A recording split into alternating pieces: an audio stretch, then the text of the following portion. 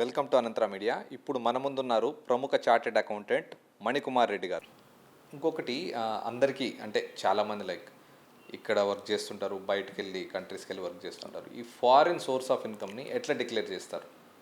So దానివల్ల ఏమన్నా problems ఏమైనా ఫేస్ చేస్తారా ఇన్ కేస్ ప్రాపర్గా డిక్లేర్ చేయకపోతే? అలాంటివి ఏమైనా ఉంటే చాలామందికి డౌట్స్ ఉంటాయి. ఎందుకంటే ఇక్కడే వర్క్ చేస్తుంటారు, అప్పుడప్పుడు ఆన్ సైట్ మీద వెళ్తారు, లేదా కొన్నాళ్ళు అక్కడే ఉంటారు. సో వాటిని ఎలా డిక్లేర్ చేసుకోవాలండి ఫారిన్? సో జనరల్గా నా క్లయింట్స్ నాకున్న క్లయింట్స్లో మేజర్గా ప్రాబ్లమ్స్ ఎక్కడ వస్తున్నాయంటే, Google and after corona Google and Microsoft has started employing directly in India. So employees count కూడా చూసుకుంటే మనకి గూగుల్ అండ్ మైక్రోసాఫ్ట్కి అవుట్ సైడ్ ఇండియా యూఎస్లో వాళ్ళ కౌంట్ తగ్గించేసుకొని ఇండియాలో ఎంప్లాయీస్ కౌంట్ పెంచారు. So Google and Microsoft and other MNCs ఆ కంపెనీస్ అన్నీ యూఎస్ బేస్డ్ లిస్టెడ్ కంపెనీస్, నాస్డాక్లో కానీ or some companies Europe stock ఎక్స్చేంజ్లో లిస్ట్ అవుతాయి. సో వాళ్ళ ఎంఎన్సీ స్టైల్ ఆఫ్ పే ఎలా ఉంటుందంటే, ఫర్ ఎంప్లాయీస్కి instead of solely paying cash they will give stock options, employee stock, ESOPs, శాలరీలోనే ఇంక్లూడ్ అయి ఉంటుంది. సపోజ్ మనకి if a person is employed in Google or Microsoft, suppose say is CTC is 50 lakhs per annum. ఆ 50 lakhsలో అతనికి 30 lakhs cash వస్తుంది. మిగతావన్నీ ఇలా మిగతా 20 lakhs అనేది స్టాక్ బేస్డ్ ఆప్షన్స్ ఇస్తారు, ఎంప్లాయీ స్టాక్ ఆప్షన్స్ ఇస్తారు. సో ఎంప్లాయీ స్టాక్ ఆప్షన్స్ కొన్ని కండిషన్స్ ఉంటాయి అన్నమాట. మనం ఒక 2 years 3 years ఆ ఎంప్లాయీ సేమ్ ఆ కంపెనీలో కంటిన్యూ అవుతుంటే ఆరు వాళ్ళ టార్గెట్స్ అచీవ్ చేస్తుంటే ఆ కండిషన్స్ని బట్టి అవి వెస్ట్ అవుతుంటాయి ఎవ్రీ ఇయర్. సో దాన్ని బట్టి మనము వాటిని కంపల్సరీ దీంట్లో డిస్క్లోజ్ చేయాల్సి, మన ఐటీఆర్స్లో ఎఫ్ఎస్ఐ షెడ్యూల్ ఉంటుంది, ఫారిన్ సోర్స్ ఇన్కమ్ షెడ్యూల్ ఉంటుంది, దాంట్లో కంపల్సరీ డిస్క్లోజ్ చేయాల్సి ఉంటుంది. అండ్ ఆ టైప్ ఆఫ్ ట్రాన్సాక్షన్స్ ఎలా ఉంటాయంటే, దేర్ ఆర్ వేరియస్ సినారియోస్ అనమాట. వెస్ట్ అవగానే కొంతమంది సేల్ చేస్తారు, వేరే సినారియోస్ ఉంటాయి. వెస్ట్ అవగానే సేల్ చేసి క్యాష్ తీసుకుంటారు. Suppose for a employee in Google ఈరోజు వెస్ట్ అయ్యాయి, ఈరోజు 100 shares వెస్ట్ అయ్యాయి. ఆన్ ద సేమ్ డే అవి సేల్ చేస్తారు యూఎస్ ఎక్స్చేంజ్లో. సేల్ చేసేసి వీళ్ళకి అమౌంట్ అక్కడ ట్యాక్సెస్ అవన్నీ కట్ చేస్తారు వాళ్ళకి 30%, జనరల్గా 32 or 30+% ట్యాక్స్ ఉంటుంది అక్కడ on capital gains this transactions అనమాట. సేల్ చేసేసి వాళ్ళకి ఎమ్మటే అమౌంట్ వాళ్ళకి విత్ ఇన్ 1-2 daysలో వెస్ట్ అయిన విత్ ఇన్ 1-2 daysలో రిటర్న్ బ్యాక్ అవుతాయి, ఇండియాకి రిటర్న్ బ్యాక్ అవుతాయి అమౌంట్. సో వాళ్ళకి ఆల్రెడీ అక్కడ ట్యాక్స్ పే చేశారు సేల్ చేసిన అమౌంట్ మీద. సో వాళ్ళకి అక్కడ పే చేసిన ట్యాక్స్ అనేది ఇక్కడ క్రెడిట్ వస్తుంది వాళ్ళకి. Okay. So they know need to pay tax in India again అనమాట. అక్కడ చేస్తే చాలు. శాలరీ ఆ 50 lakhs పోర్షన్లో వాళ్ళకి 30 lakhs క్యాష్ వస్తుంది, రిమైన్ 20 lakhs ఇలా ఈసాప్స్ రూపంలో వెస్ట్ అవుతాయి, డిపెండ్స్ ఆన్ కండిషన్స్. వెస్ట్ అయినప్పుడు వాళ్ళు ఆల్రెడీ అక్కడ సేల్ చేసి ట్యాక్స్, ఆ ఈసాప్స్ అనేది స్టాక్ ఆప్షన్స్ అక్కడ యూఎస్లో whether whatever maybe that stock exchange they are listed, అక్కడ సేల్ చేస్తారు on the same day. Sale చేసి వాళ్ళు అమౌంట్ తీసుకుంటారు, అక్కడ ఆల్రెడీ ట్యాక్స్ పే చేస్తారు. మనం ఇండియాలో we can claim credit on that whatever the taxes we paid in US other countries. మనం ఇక్కడ పే చేసిన ట్యాక్స్ మనం ఇక్కడ క్రెడిట్ క్లెయిమ్ చేసుకోవచ్చు. We no need to pay tax again on that tax. Double taxation pay చేసిన దాన్ని కూడా మనం ఇక్కడ క్లెయిమ్ చేసుకోవచ్చు. అంటే దాని మీద మనం ట్యాక్స్ ఇండియాలో మళ్ళీ డబల్ ట్యాక్సేషన్ లాగా అక్కడ ట్యాక్స్ పే చేసుకోవాలి. దేర్ ఆర్ డిటిఏఏ ప్రొవిజన్స్ ఉంటాయి, double taxation avoidance agreement, DTAA, double taxation avoidance agreements. ఇండియాకి ఎవరి కంట్రీతోని అగ్రిమెంట్స్ ఉంటాయి అనమాట. ఆ అగ్రిమెంట్స్ ప్రకారం మనం క్రెడిట్స్ క్లెయిమ్, అక్కడ పే చేసిన ట్యాక్స్ క్రెడిట్ క్లెయిమ్ చేసుకోవచ్చు ఇక్కడ. సో ఇంకో ఆప్షన్ ఉంటుంది, మనం సేమ్ డే సేల్ చేస్తాం. కొంతమంది ఎంప్లాయీస్ ఎలా అంటే వాటిని సేల్ చేయరు, హోల్డ్ చేస్తారు. అలానే హోల్డ్ చేసినప్పుడు వాళ్ళకి శాలరీలో పార్ట్ ఆఫ్ శాలరీ వెస్ట్ అయ్యాయి. సో వాళ్ళకి ఆ రిమైనింగ్ వీటి మీద ట్యాక్స్ అనేది రిమైనింగ్ 30 lakhs ఉంది కదా, దాంట్లోంచి డిడక్ట్ అవుతుంది. ఆ క్యాష్లోంచి డిడక్ట్ అయ్యి, అంటే ఆల్రెడీ ఆ 50 lakhs మీద ట్యాక్స్ డిడక్ట్ అవుతుంది, రిమైనింగ్ ఈ సేల్ ఈ వెస్ట్ అయిన వాటి మీద కూడా ఎక్స్ట్రా ట్యాక్స్ డిడక్ట్ అయ్యి in cash in hand pay అనేది తగ్గుతుంది. బట్ వాళ్ళకి ఆ షేర్స్ ఉంటాయి, షేర్స్ అలానే ఉంటాయి. They can when ever they sell though stocks, అప్పుడు ఆ స్పెసిఫిక్ ట్రీట్మెంట్ ఏదైతుందో అది అప్లికబుల్ అవుతుంది, మళ్ళీ ట్యాక్స్ ట్రీట్మెంట్స్ అవన్నీ అప్లికబుల్. ఇంకొకటి మనకు అండ్ మనము ఈసాప్స్ అనేది compulsory foreign source of incomes ఏవైనా సరే మనం ఈసాప్స్ గురించి ఒక్కదాని గురించే చెప్పుకున్నాము. బట్ చాలామందికి ఎన్ఆర్ఐస్ యూఎస్లో ఉండి అక్కడ ప్రాపర్టీస్లో ఉండి ఇండియాకి మూవ్ అయిన వాళ్ళు ఉంటారు. వాళ్ళకి అక్కడ రెంటల్ ఇన్కమ్స్ వస్తుంటాయి. అదర్వైజ్ అక్కడ వాళ్ళకి స్టార్టప్స్ ఉంటాయి, అక్కడ ఇన్వెస్ట్మెంట్ చేసి ఉంటారు, వాటి మీద డివిడెండ్స్ వస్తుంటాయి, ఆ షేర్స్ సేల్ చేస్తుంటే వాళ్ళకి క్యాపిటల్ గెయిన్స్ వస్తుంటాయి. సో అవన్నీ మనము ఆసే ఇండియన్ రెసిడెంట్, మీరు ఇండియన్ రెసిడెంట్ అయి ఉంటే Indian as per resident rules ఉంటాయి. ఆసే రూల్స్ ప్రకారం మనం ఇండియన్ రెసిడెంట్ అయి ఉంటే ఇండియాలో కంపల్సరీ మనం ఆ ఇన్కమ్ని చూపించాలి. Even if we earned income in other countries as a resident of India, we need to show global income in India while filing ITR. Whatever we have paid taxes there, we will get credit for that. And remaining అది చూపించి disclose చేసి file చేయాలి. మనం disclose చేయకుండా ఉంటే గవర్నమెంట్కి తెలుస్తుంది.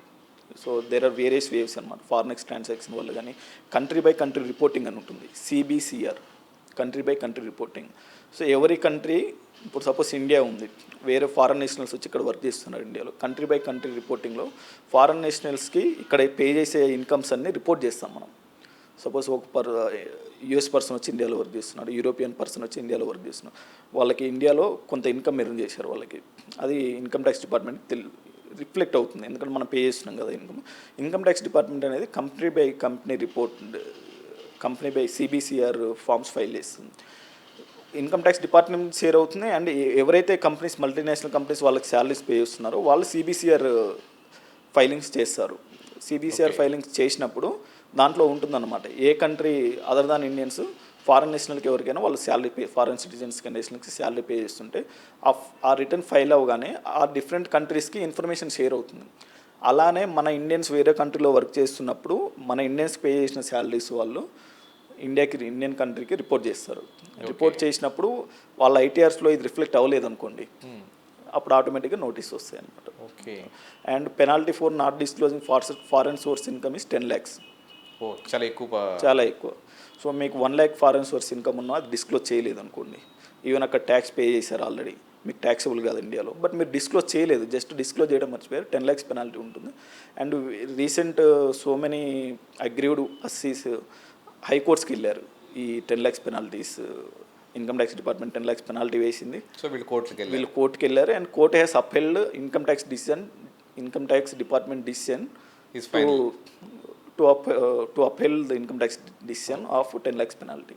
So ఖచ్చితంగా పే చేయాలి. చాలా జాగ్రత్తలు పాటించాలి. ఫారెన్ సోర్స్ ఇన్కమ్ అండ్ వీటన్నిటికీ మీకు అంటే జనరల్గా ప్రాపర్ గైడెన్స్ ఉన్నవారంటే కంపల్సరీ ఒక రికగ్నైజ్డ్ ప్రొఫెషనల్ని మనము అప్రోచ్ అవ్వాలి. CA కానీ or TRP tax regular touch ఉండే వాళ్ళు. ఎందుకంటే ఇక్కడ ఈవెన్ CSకే సమ్ టైమ్స్ మిస్ అవుతుంటాం మేము, ఎందుకంటే ఈ అమెండ్మెంట్స్ ఎవ్రీ ఇయర్ అమెండ్మెంట్స్ మేమే కొన్ని టైమ్స్ మిస్ అవుతుంటాం.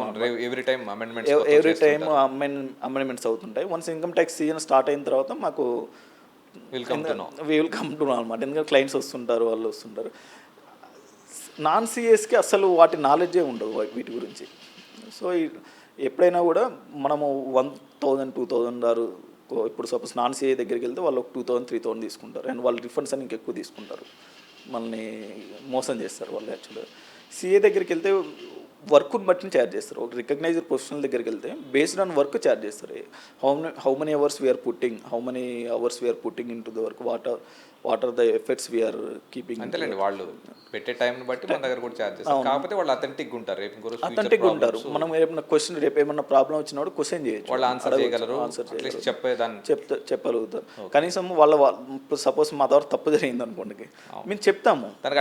క్లయింట్స్ చూడండి, ఒక 1,000 క్లయింట్స్ ఉన్నప్పుడు 1-2 మిస్టేక్స్ జరుగుతాయి, మీ సొల్యూషన్ చెప్తాం ఏం చేయాలి. అసలు నాన్ CSR ఫేక్ కన్సల్టెంట్స్ వాళ్ళు అబ్స్కాండ్ అయిపోతారు, మీకు ఏం చేయాలో కూడా తెలియదు అసలు.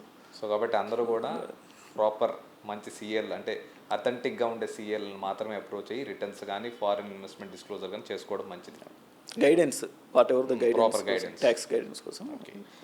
ఇంకొకటి ఇప్పుడు ఓల్డ్ ట్యాక్స్ రిజ్యూమ్ ఒకటి ఉండేది, ఇప్పుడు రీసెంట్గా కొత్త ట్యాక్స్ రిజ్యూమ్ పెట్టారు 2025లో. సో డిఫరెన్స్ ఏంటి, ఏది బెస్ట్ అంటారు, ఏది అడ్వాంటేజ్ ఏది? So now present as of now we have 2 tax regime ఉంటుంది. న్యూ ట్యాక్స్ రిజిమ్ వచ్చేసి కూడా ఆల్మోస్ట్ 3 years అవుతుంది మనకి.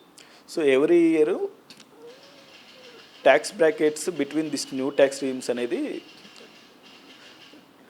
వైడ్ గ్యాప్ని వైడ్ చేస్తున్నారు. సో ఎందుకంటే new tax regime as of now new tax రిజిమ్లో 25-26 ఇయర్కి 25-26 ఇయర్స్కి tax for new tax regime starts from 7 lakhs, but we have a tax rebate concept. If a person is earning up to 12 lakhs, only up to 12 lakhs, ఒక person 12 lakhs వరకు earn చేస్తే మనకి అతనికి tax లేదనమాట.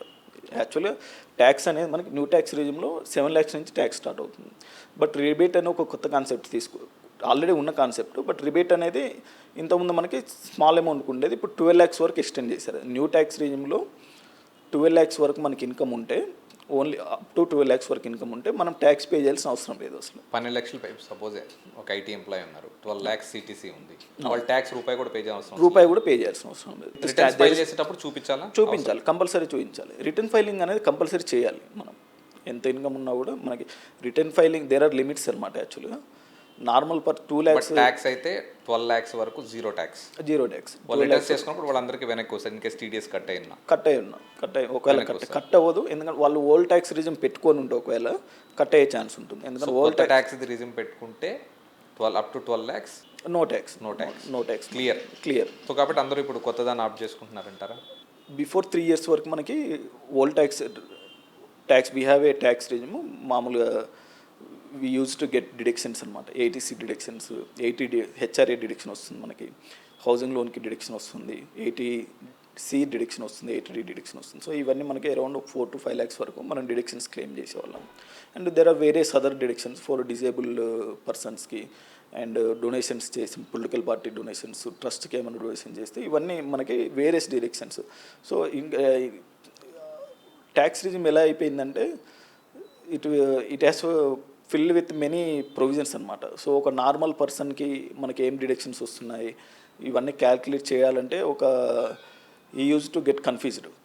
So ఏ deductions వస్తున్నాయి, ఏ deductions రావట్లేదు, మనకి ఇది ఎలా చేసుకోవాలంటే ఒక కన్ఫ్యూజన్ క్రియేట్ అయ్యేది నార్మల్ పర్సన్స్కి. అండ్ ఈ ఎవరైతే ఫేక్ ట్యాక్స్ కన్సల్టెంట్స్ ఉన్నారో వీళ్ళు ఉన్నవి లేనివి అన్ని డిడక్షన్స్ పెట్టేసి రిఫండ్స్ కోసము ఎక్కువ రిఫండ్, ఎందుకంటే డిడక్షన్స్ ఉన్నాయి.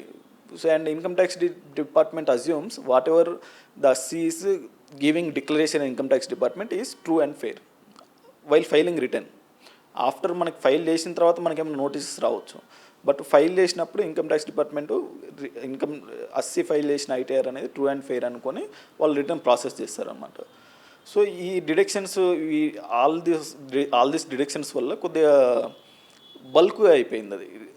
ఐటీఆర్ యూటిలిటీస్ కానీ ఒక నార్మల్ పర్సన్కి ఒక కన్ఫ్యూజన్ లాగా అయిపోయింది అనమాట.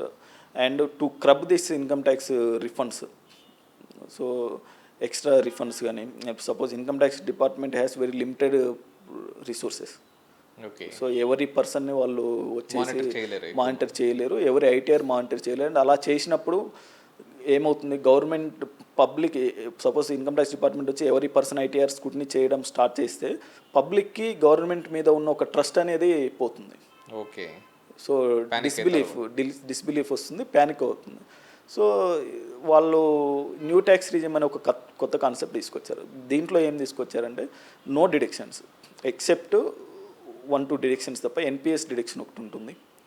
సో వెరీ ఫ్యూ డిడక్షన్స్ మనం చెప్పాలంటే అసలు నిల్ డిడక్షన్స్ అని చెప్పాలి. ఎక్సెప్ట్ ఒక 1.5 to 2 lakhs డిడక్షన్స్ తప్ప ఎన్పిఎస్తో కలిపి, NPS self, NPS paid by employer ఉంటుంది, అవి తప్ప పెన్షన్స్ అవి తప్ప నిల్ డిడక్షన్స్తోనే 3 years back new tax regime అనే కాన్సెప్ట్ తీసుకొచ్చారు.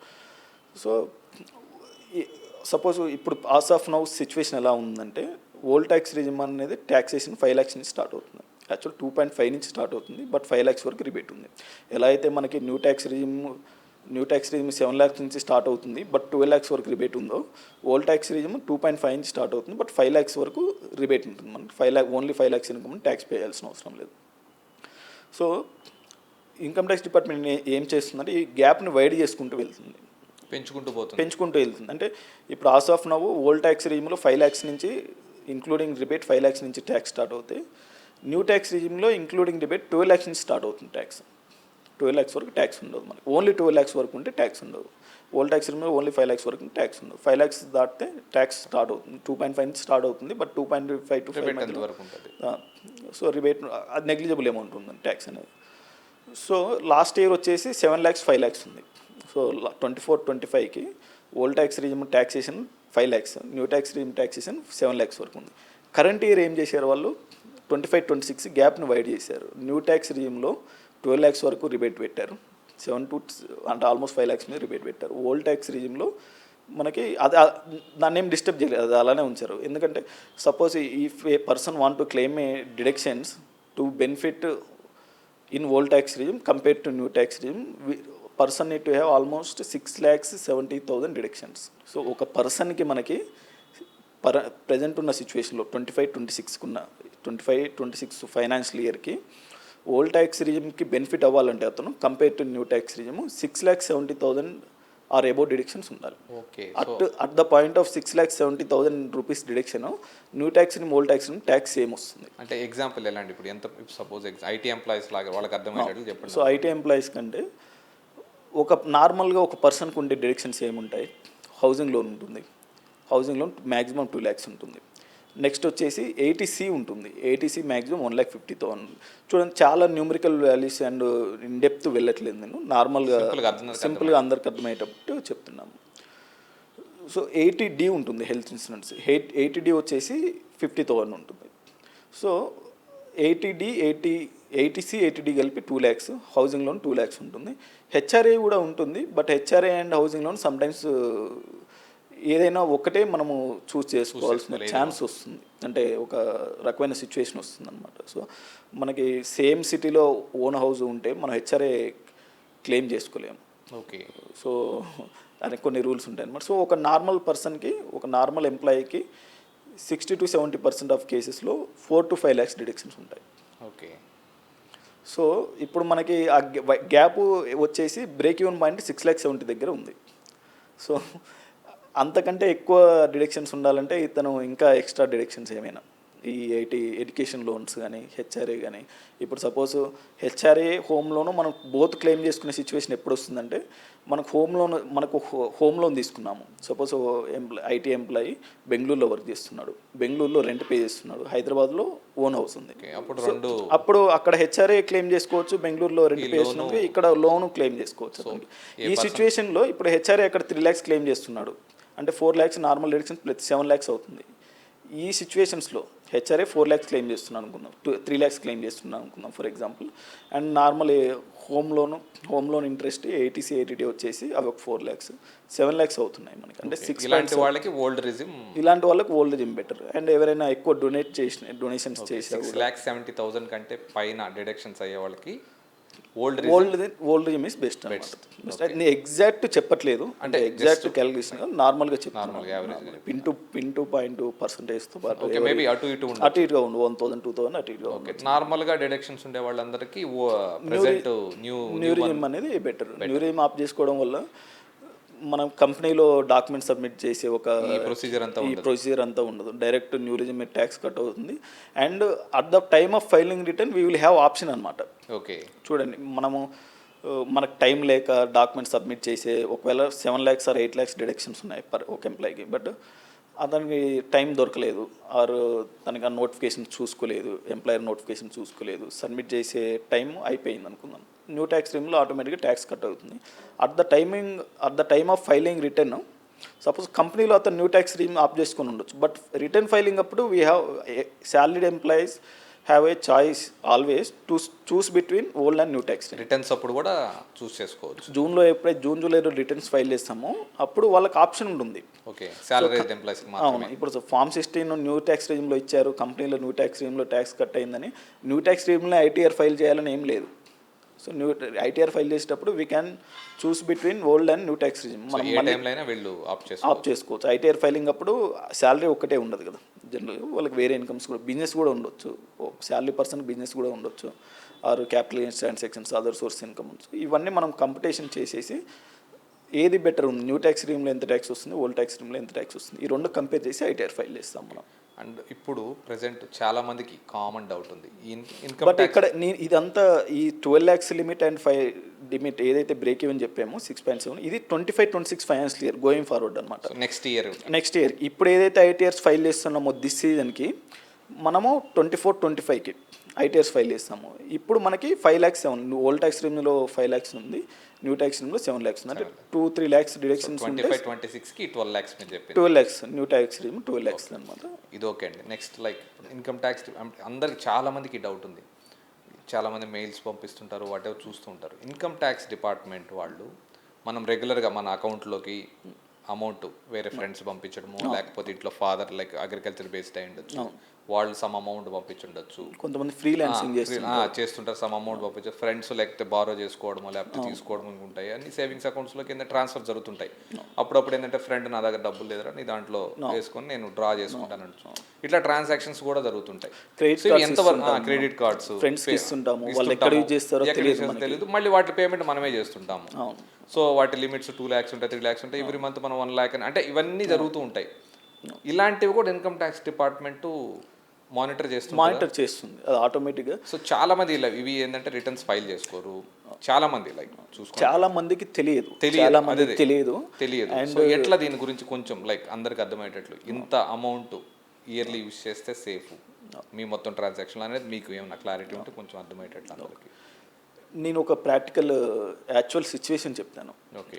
సో ఒక వాచ్మ్యాన్, సో మంత్లీ అంటే వాచ్మ్యాన్ అంటే సెక్యూరిటీ హెడ్, మంత్లీ ఒక 50-60,000 శాలరీ వస్తుంది.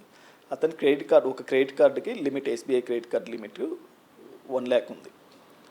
సో అతను ఏం చేశాడు, కమిషన్ వస్తున్నారు సంథింగ్ దేనికని చెప్పేసి వాళ్ళ ఫ్రెండ్స్కి ఇవ్వడము, అతను వాడుకోవడానికి. ఫ్రెండ్ 1 lakh అడిగాడు ఫర్ ఎగ్జాంపుల్, క్రెడిట్ కార్డ్ ఇచ్చేసాడు. సో వాడుకొని నువ్వే పే చేసుకో అని చెప్పేసి ఇచ్చేసాడు. సో అతను ఎక్కడ యూజ్ చేశాడు ఆ క్రెడిట్ కార్డు, అతను ఎక్కడ యూజ్ చేశాడంటే బైక్ షోరూమ్స్ అండ్ మామూలు బైక్ షోరూమ్స్, మన అప్లయన్సెస్ షోరూమ్స్, హోమ్ అప్లయన్సెస్ షోరూమ్స్లో అక్కడ ఎవరైనా క్యాష్ పే చేసే వాళ్ళు, డెబిట్ కార్డ్తోనే పే చేసే వాళ్ళు ఉంటారు కదా, ఈ క్రెడిట్ కార్డు మీద ఆఫర్స్ కూడా వస్తాయి.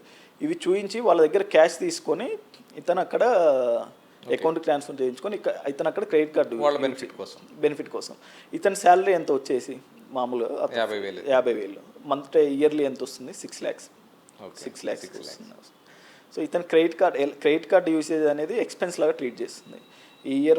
ఈ మంత్ మనము 1 lakh స్వైప్ చేసాము, ఎవరి మంత్ అలా రొటేట్. జనరల్గా ఇన్కమ్ ట్యాక్స్ డిపార్ట్మెంట్ వాళ్ళ థింకింగ్ ఎలా ఉంటుందంటే, సిస్టమ్స్ థింకింగ్ అని వాళ్ళ థింకింగ్, ఎవరి మంత్ మనం 1 lakh రొటేట్ చేస్తున్నాము, 1 lakh మనం విత్డ్రా చేసాము దిస్ మంత్, మన భాషలో మనం పే చేసే కెపాసిటీ లేక అతను మళ్ళీ 1 lakh రొటేట్ చేస్తున్నాడు. అంటే ఎవరి మంత్ 1 lakh స్వైప్ చేస్తున్నాడు, ఇయర్లీ 12 lakhs అయ్యాయి.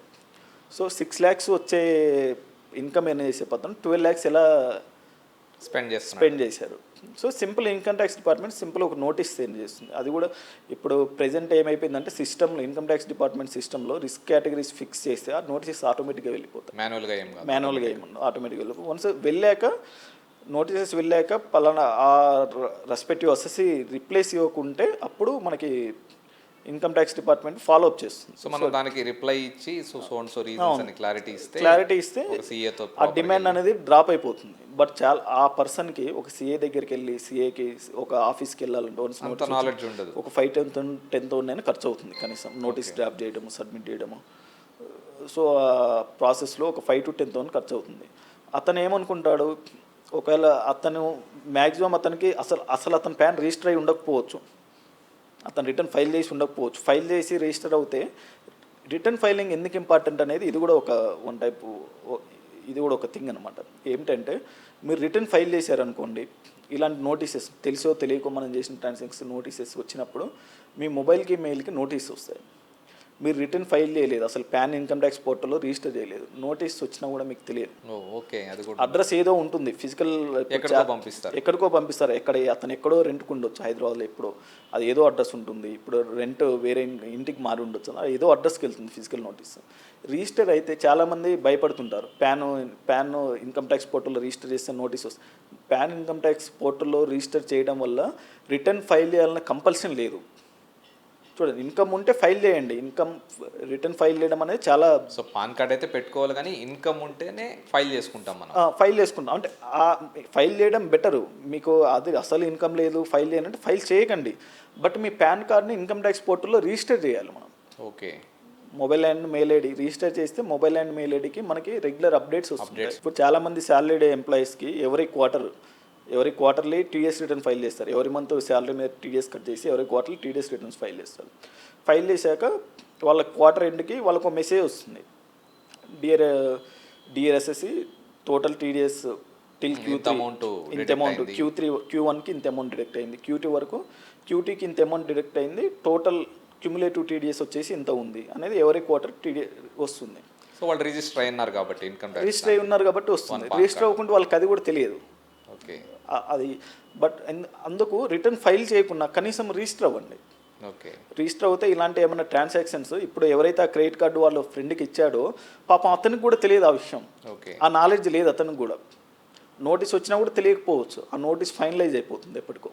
ఓకే. సో రిటర్న్స్ చేసినా చేయకపోయినా తర్వాత ఆప్షన్, కానీ పాన్ కార్డు ఉన్న వాళ్ళు ట్యాక్స్ డిపార్ట్మెంట్లో రిజిస్టర్ చేసి పెట్టుకోవాలి.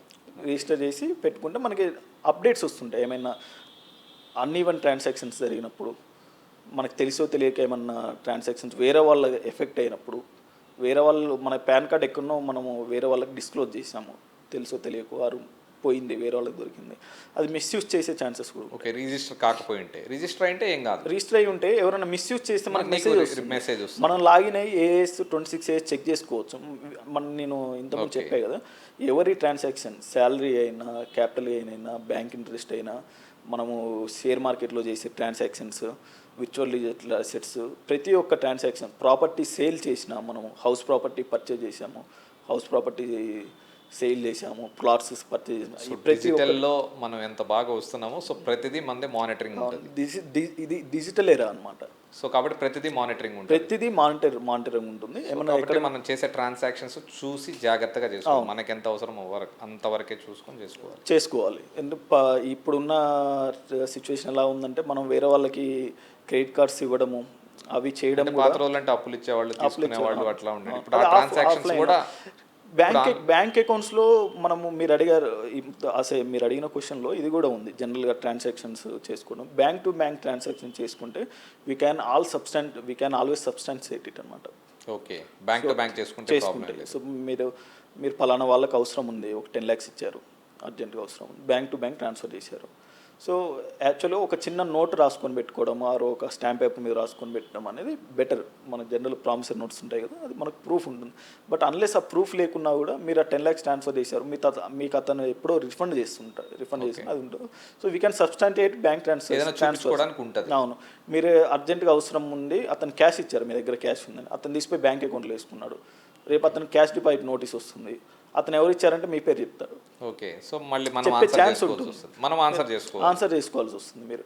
అదర్వైజ్ అవును, సో అతనికి ఇబ్బంది అవుతుంది, మీకు ఇబ్బంది అవుతుంది. అతను మీ పేరు చెప్పుకున్న అతనికైనా ఇబ్బంది అవుతుంది. Bank to bank transactions is fine. అతను మీ పేరు చెప్పుకున్న ఒకవేళ అతనికైనా ఇబ్బంది అవుతుంది కదా. రేపు ఆ 10 lakhsని అన్ఎక్స్ప్లెయిన్ ఇన్కమ్ కింద యాడ్ చేసి 30% ట్యాక్స్ ప్లస్ పెనాల్టీస్ ఉంటాయి. పెనాల్టీస్ మళ్ళీ 100% ఆఫ్ ట్యాక్స్ ఉంటాయి. సో మీరు 1 lakh క్యాష్ డిపాజిట్స్లో అన్ఎక్స్ప్లెయిన్ ఇన్కమ్ కింద నోటీస్ వస్తే 100 రూపీస్కి 100 రూపీస్ పోతుంది. ఎక్స్ట్రా పే చేయాలి మీరు. ఎక్స్ట్రా పే చేయాలి కాబట్టి కాషియస్గా ఉండాలి. సో క్యాష్ డిపాజిట్స్ చేసేటప్పుడు, వేరే వాళ్ళకి లోన్స్ ఇచ్చేటప్పుడు కానీ, లోన్స్ ఇవన్నీ మనం maximum bank to bank transfers చేసుకోవడం better. And credit cards related transactions కానీ, ఇవన్నీ మనము ఈ రోజున్న డిజిటల్ ఎరాలో everything is recorded on digital footprint ఉంటుందన్నమాట. అండ్ రీసెంట్గా పార్లమెంట్లో ఒక లా పాస్ అయింది. So it has given right for income tax department to encrypt WhatsApp messages. So వాళ్ళ దగ్గర నుంచి ఫేస్బుక్, వాట్సాప్లో నుంచి మనకు తెలియకుండా మనం ఏమైనా బ్లాక్ మనీ రిలేటెడ్ ట్రాన్సాక్షన్స్ కానీ, ఇర్రెగ్యులర్ ట్రాన్సాక్షన్ చేస్తున్నప్పుడు వాళ్ళకి అనుమానం ఉంటే they can invoke that section and send notices to social media sites to get our chat data. Okay. So కొత్తగా వచ్చిన లా ప్రకారం ఏమైనా ఇర్రెగ్యులారిటీస్ చేస్తే ఇన్కమ్ ట్యాక్స్ డిపార్ట్మెంట్కి ఈడీకి ఈడీకి మన ఫేస్బుక్ మన వాట్సాప్ని వాళ్ళు యాక్సెస్ చేసే మనకు తెలియకుండా కూడా యాక్సెస్ చేసే ఫెసిలిటీ ఫెసిలిటీ వాళ్ళకి ఆ రైట్స్ ప్రొవైడ్ చేస్తుంది కొత్తలా. కొత్త ఇది అందరికీ తెలియదండి. అందరికి తెలియదు. సో ఇవి జనరల్ పబ్లిక్ మీద ఇన్వోక్ చేయరు జనరల్గా. Okay. So high value transaction చేసేవాళ్ళు, బిజినెస్ హై బిజినెస్ హెచ్ఎన్ఐ, కాబట్టి జాగ్రత్తగా ఉండాలి. రెగ్యులర్ ట్రాన్సాక్షన్స్ చేసినప్పుడు మనకు తెలియకుండానే వాట్సాప్ కానీ వాటిలో ట్రాకింగ్ అంతా ఉంటుంది. ఇప్పుడు నేను చెప్పినట్టు ఆ సెక్యూరిటీ గార్డ్కి చాలా ఇబ్బంది. అతను మనకి అమౌంట్ పే చేయలేడు, అతను పని మానుకొని ఇన్కమ్ ట్యాక్స్ ఆఫీస్కి వెళ్ళలేడు, తిరగలేడు. తనకు వచ్చే ఇన్కమ్ వేరు, తనకు పెట్టిన ఎక్స్పెండిచర్ వేరు అనమాట. సో ఇక్కడ ఏమైందంటే అతనికి అవగాహన లేదు. సో ఇవి మనము ఈ రోజుల్లో ప్రజెంట్ ఉన్న సిచ్యువేషన్లో మనం జాగ్రత్తగా డీల్ చేసుకోవాల్సి ఉంటుంది ట్రాన్సాక్షన్స్. అండ్ ఇంకొకటి అండి, లైక్ కంపెనీస్లో different companies firms different firms ఉన్నాయి, లైక్ టైప్స్. కొంతమంది LLP, proprietorship firms, partnership firms, private limited. Like ఈ డిఫరెన్సెస్ ఏంటండి? లైక్ అందరికీ కూడా చాలా మందికి ఉండే డౌట్స్ ఇవి.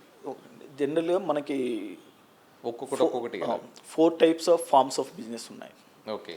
సో వన్ వచ్చేసి జనరల్ బిజినెసెస్కి ట్రస్ట్ అండ్ సొసైటీస్ ఉంటాయి, అవి ఎన్జిఓస్ టైప్లో ఉంటాయి. బట్ జనరల్గా బిజినెస్ చేయడానికి మనకి 4 టైప్స్ ఆఫ్ బిజినెస్ ఫార్మ్స్ ఉన్నాయి. అవి ఏమిటి అంటే, ఒకటి ప్రొపరేటర్షిప్, సెకండ్ వచ్చేసి పార్ట్నర్షిప్, థర్డ్ వచ్చేసి LLP. Partnership and LLP almost same ఉంటాయి. అండ్ ఫోర్త్ వచ్చేసి కంపెనీస్. సో కంపెనీస్లో మళ్ళీ ప్రైవేట్, పబ్లిక్ అని అవి డిపెండ్స్ ఆన్ కంపెనీ నేచర్ని బట్టి ఉంటాయి. బట్ బేసిక్గా మనకి 4 types of firms of business ఉంటాయి. మనం ఏదైనా బిజినెస్ చేయాలనుకుంటున్నాం, బిజినెస్ స్టార్ట్ చేయాలనుకుంటున్నాము. సో దీంట్లో ఏదైనా ఒక దాంతోనే మనం సెలెక్ట్ చేసుకోవాలి. మనం టైప్ ఆఫ్ బిజినెస్ని బట్టి, మనం టైప్ ఆఫ్ ఇన్వెస్ట్మెంట్, మనం ఒక్కలమే ఇన్వెస్ట్మెంట్ చేస్తున్నామా బిజినెస్లో, వేరే వాళ్ళని కూడా ఇన్వెస్ట్మెంట్ చేపిస్తున్నామా, దాన్ని బట్టి. ఇప్పుడు సపోజ్ మనం ఒక్కలమే ఇన్వెస్ట్మెంట్ చేస్తున్నామా and some small type of business మనమే మేనేజ్ చేసుకుంటున్నాము, ఎక్కువ పీపుల్ ఇన్వాల్వ్మెంట్ లేదనుకోండి, ప్రొపరేటర్షిప్ బిజినెస్తో మనము వెళ్ళొచ్చు సింగిల్గా. అదర్వైజ్ బిజినెస్ ఐడియా అనేది ఇనిషియల్ స్టేజెస్లో ఉంది. సో మనము ఫస్ట్ చాలామంది కంపెనీ ఎల్ఎల్పీస్, పార్ట్నర్షిప్ ఇవి స్టార్ట్ చేసే ముందు ఫస్ట్ మనము మన బిజినెస్ ఐడియాని మీద కాన్సన్ట్రేషన్ చేయాలి.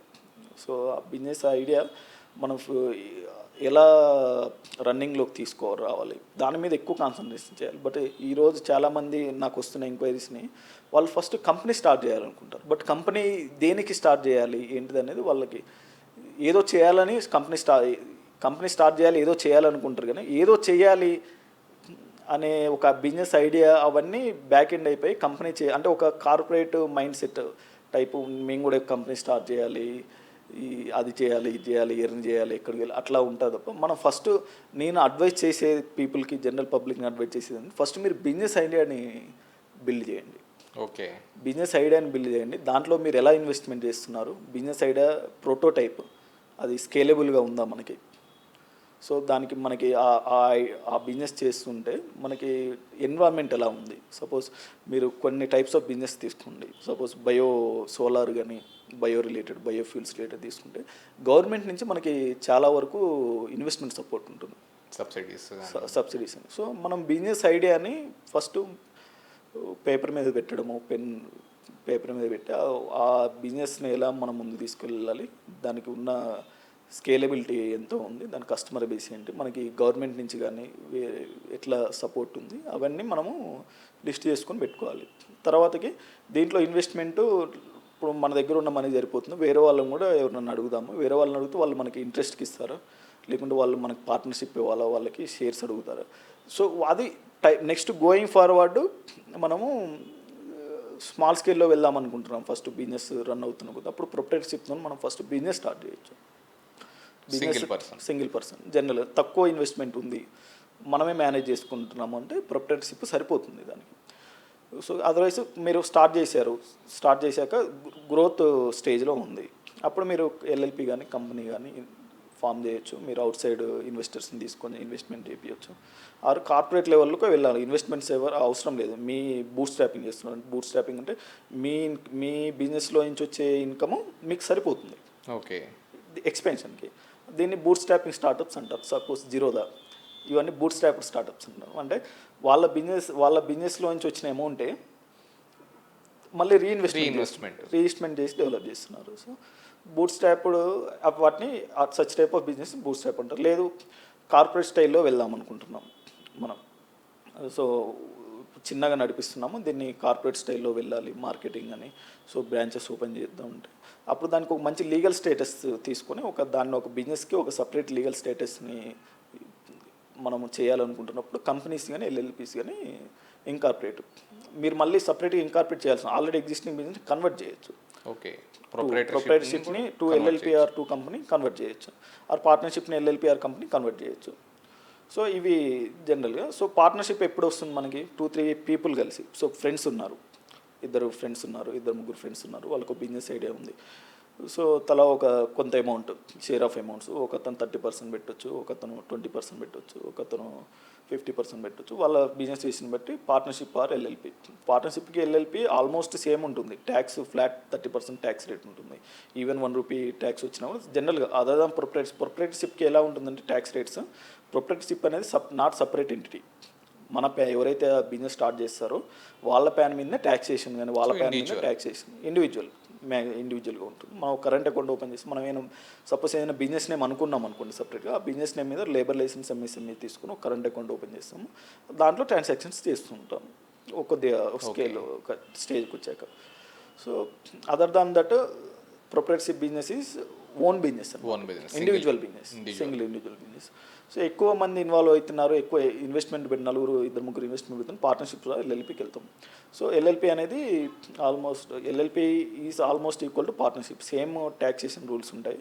ఎల్ఎల్పి అనేది పార్ట్నర్షిప్ అనేది లోకల్, మనము స్టేట్లో రిజిస్టర్ చేస్తాం, స్టేట్ రిజిస్ట్రేషన్ అథారిటీస్ దగ్గర రిజిస్టర్ చేస్తాం. ఎల్ఎల్పి ఏమో కంపెనీ ఏదైతే రిజిస్టర్ అవుతుందో మినిస్ట్రీ ఆఫ్ కార్పొరేట్ అఫైర్స్ అక్కడ రిజిస్టర్ చేస్తాం. పార్ట్నర్షిప్లో మనకి అన్లిమిటెడ్ లయబిలిటీ ఉంటుంది పార్ట్నర్స్కి. సపోజ్ పార్ట్నర్స్ బిజినెస్ చేశారు, సో మనము బయర్స్ దగ్గర నుంచి 1 crore గూడ్స్ తీసుకొచ్చి సేల్ చేసాము, లాస్ అయిపోయినాం మనం, ఇప్పుడు వీళ్ళకి పే చేయలేకుంటున్నాం అనుకోండి, పార్ట్నర్షిప్లో పార్ట్నర్స్ ఓన్ అసెట్స్ అమ్మి పే చేయాల్సి ఉంటుంది. సో అన్లిమిటెడ్ లయబిలిటీ, ఎల్ఎల్పిలో లిమిటెడ్ లయబిలిటీ ఉంటుంది, to the extent of their investment వరకు పోతుంది. సో ఎల్ఎల్పి అనేది one type of legal status, little bit above partnership, but అన్ని సేమ్ పార్ట్నర్షిప్కి ఏవైతే రూల్స్ ఉంటాయో అవే ఉంటాయి. లిమిటెడ్ లయబిలిటీ ఉంటుంది, పార్ట్నర్షిప్కి అన్లిమిటెడ్ లయబిలిటీ ఉంటుంది. అంటే మీకు ఎగ్జాంపుల్ చెప్పే కదా ఎందుకు. లిమిటెడ్ లయబిలిటీ ఎల్ఎల్పిలో ఎలా ఉంటుంది, 1 crore మనం తలా ఒక సపోజ్ 3 people ఉన్నారు, 10 lakhs ఇన్వెస్ట్ చేశారు, 30 lakhs ఇన్వెస్ట్ చేశారు. సో బయట నుంచి ఎక్కడి నుంచో అమౌంట్ తీసుకొచ్చు ఆర్ సంథింగ్, ఒక 1 crore 30 lakhs అడ్వాన్స్ పే చేశారు, రిమైనింగ్ 70 lakhs క్రెడిట్ పెట్టి 1 crore అమౌంట్ తీసుకొచ్చారు, గూడ్స్ తీసుకొచ్చి సేల్ చేశారు, బట్ లాస్ అయిపోయింది, పే చేయలేకుంటున్నారు అనుకోండి. వాళ్ళు ఎంతైతే ఇన్వెస్ట్ చేశారో 10 lakhs, ఆ 10 lakhs వరకే పోతుంది. వాళ్ళ పర్సనల్ అసెట్స్ లయబుల్ ఎఫెక్ట్ అవ్వు. సో కంపెనీలో కూడా same advance. So little corporate style of advantage మనకి ఎల్ఎల్పిలో ఉంటుంది. అండ్ ఎల్ఎల్పి యాజ్ అది కూడా కంపెనీ టైప్లో కార్పొరేట్ స్ట్రక్చర్ ఉంటుంది అన్నమాట, కార్పొరేట్ రికగ్నిషన్ ఉంటుంది.